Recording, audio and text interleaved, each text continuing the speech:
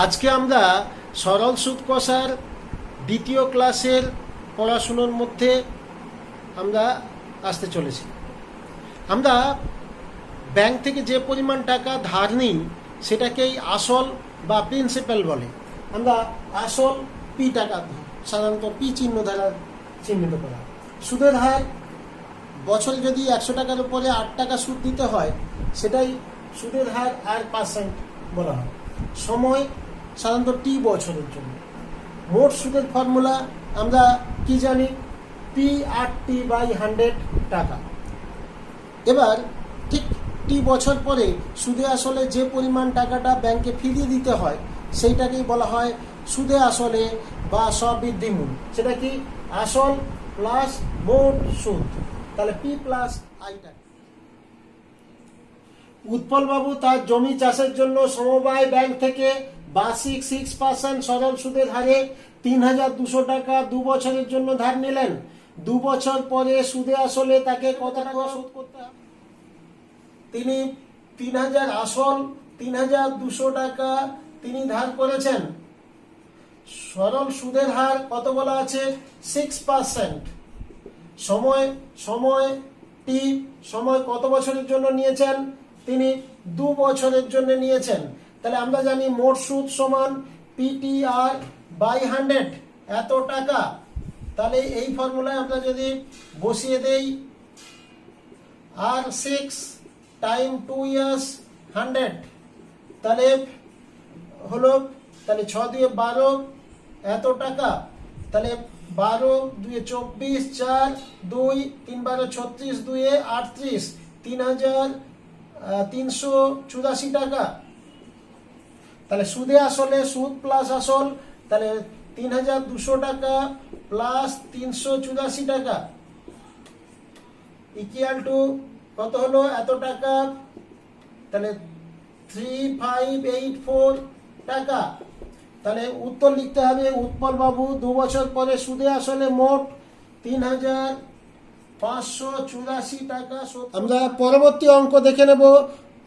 গৌতম একটি মুরগি খামার খোলার জন্য একটি সমবায় ব্যাংক থেকে বার্ষিক 12% সরল সুদের হারে কিছু টাকা ধার করেছিলেন। প্রত্যেক মাসে তাকে 378 টাকা সুদ দিতে হয়। তিনি কত টাকা ধার নিয়েছিলেন নির্ণয় করি। তাহলে চলো অঙ্কটা শুরু করা যাক। তাহলে গৌতম বাবু কত টাকা ধার করেছিলেন সেটা কিন্তু আমরা জানি না। আসলটা তাহলে পিটা আননোন, পিটা আমাদের বের করতে হবে। তাহলে সুদের হার এখানে বলে দেওয়া আছে। গৌতম 12% রেটে ধার করেছিলেন। কত সময় প্রতি মাসে দিতে হয় 378 টাকা। তাহলে টাইমটা 1 মাস।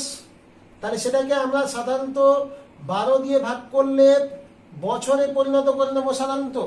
মোট সুদ কত দিতে হয়?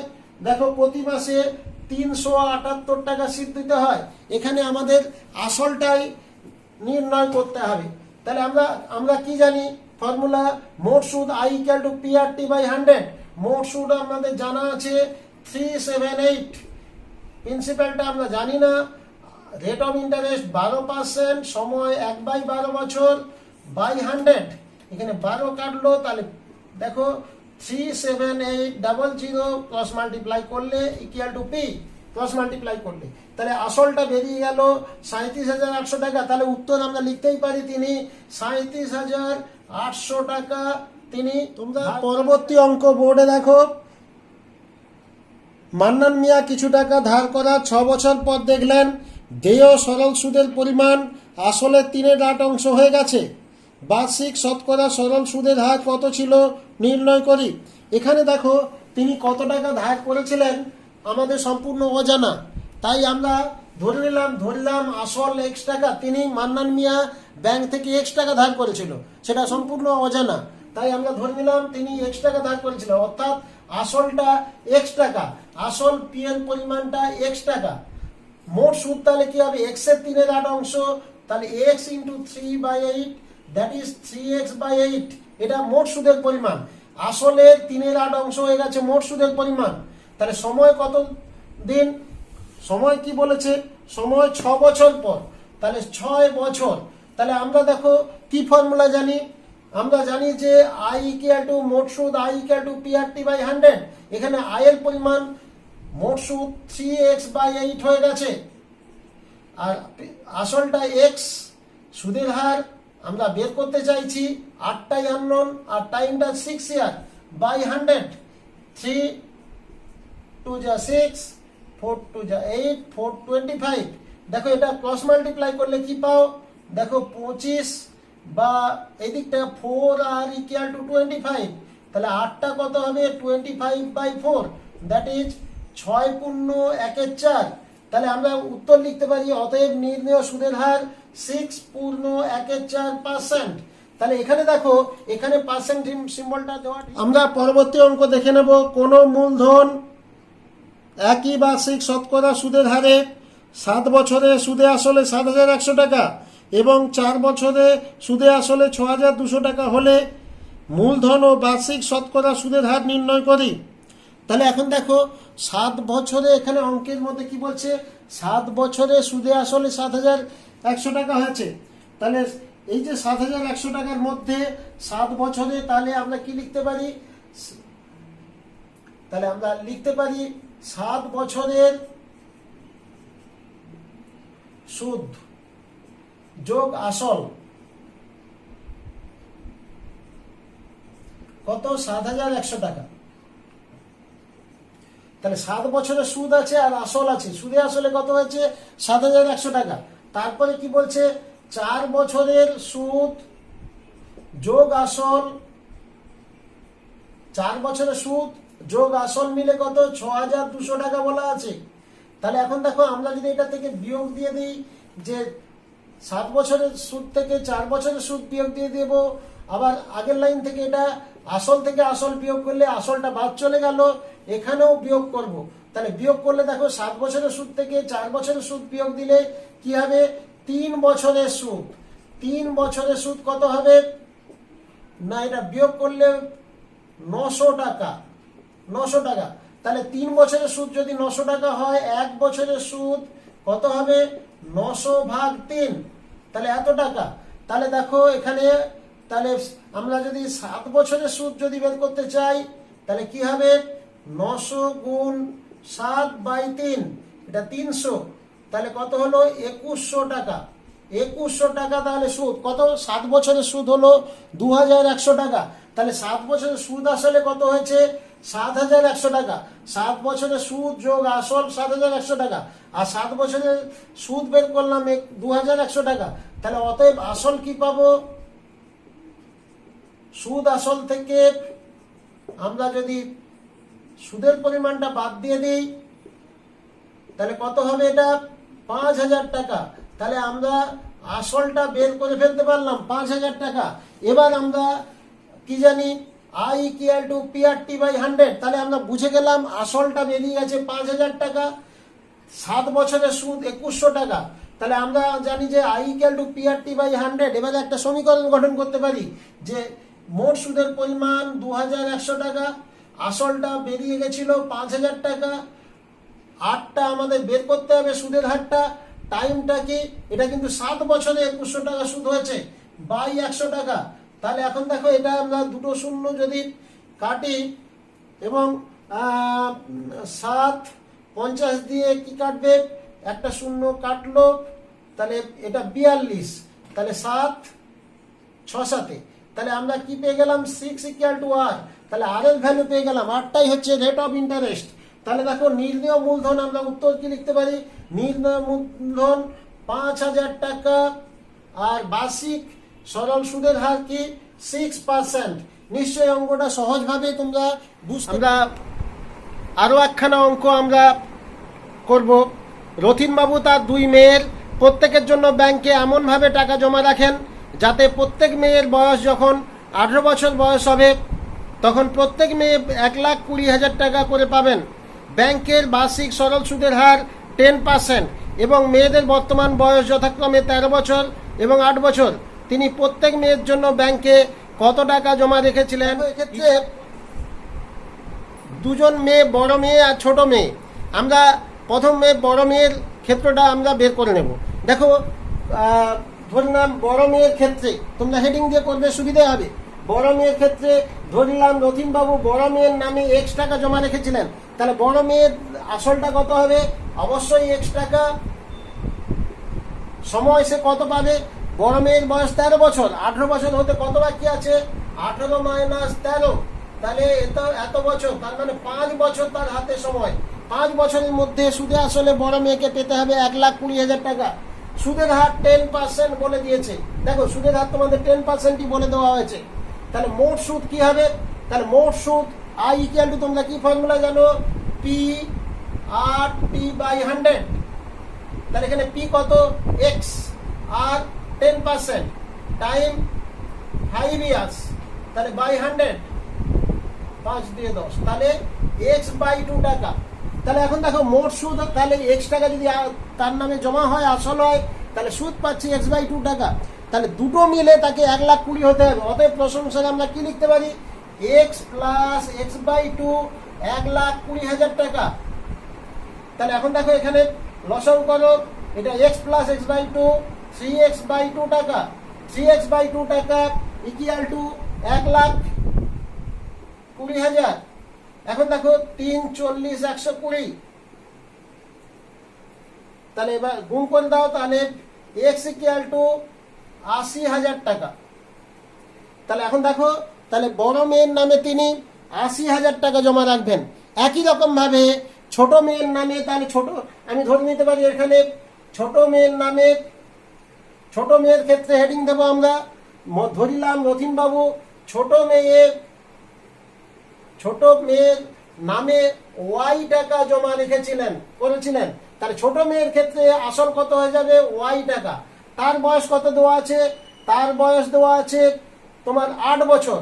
তাহলে তার হাতে সময় কত পাবে? সে 10 বছর সময় পাবে। দেখো ছোট মেয়ের বয়স দেওয়া আছে 8 বছর, তার 18 হতে কত সময় আছে হাতে? 10 বছর সময় আছে। তারও ক্ষেত্রে সুদের হার 10%। তাহলে আমরা সেক্ষেত্রেও একই সুদের formula I equal to P/100 আমরা লিখে ফেলবো। সেক্ষেত্রে আসল Y, সুদের হার 10% টাইম 10 ইয়ার্স বাই 100। তাহলে সেক্ষেত্রেও ছোট মেয়ের ক্ষেত্রে তাহলে আসলটা Y হলে মোট সুদের পরিমাণটা Y। তাহলে প্রশ্নানুসারে Y যোগ Y, সুদে আসলে সে কত পাবে? Y যোগ Y, প্রশ্নানুসারে Y যোগ Y, সুদে আসলে মোট টাকা তার পরিমাণটা 1,20,000 টাকা। তাহলে 2Y ইকুয়াল টু 1,20,000 টাকা। তাহলে এটা 60,000 টাকা হয়ে যাবে।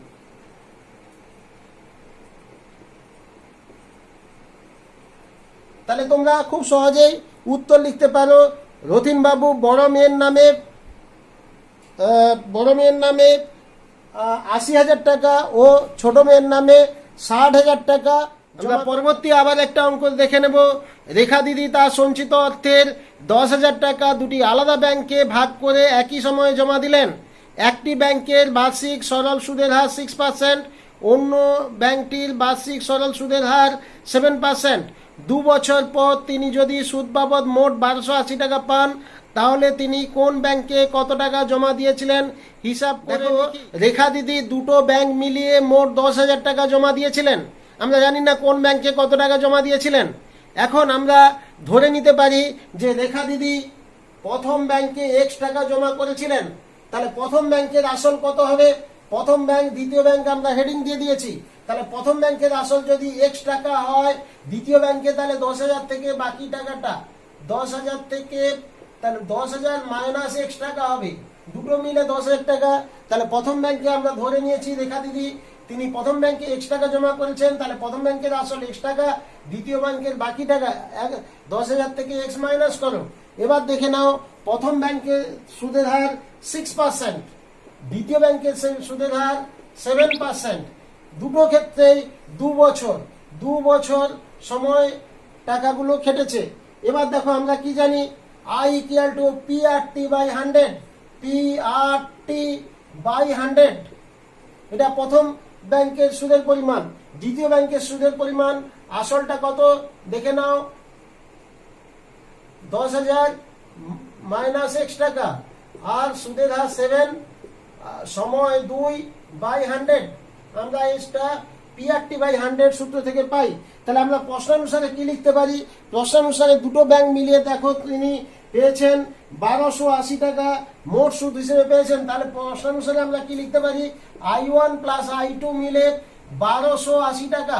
তাহলে প্রথম সূত্রটা দেখো, এটা 6 দিয়ে 12x/100 প্লাস দ্বিতীয় ব্যাংকে 7 দিয়ে 14 ইন্টু 10,000 মাইনাস x/100। এই টাকাটাই দুটো সুদ মিলেই 1280 টাকা। তাহলে এখানে দেখো তোমরা 100 লসাগু হবে, সেম ডান দিকে গুণ হয়ে যাবে, 100 দিয়ে থ্রু আউট মাল্টিপ্লাই করো। তাহলে 12x প্লাস 14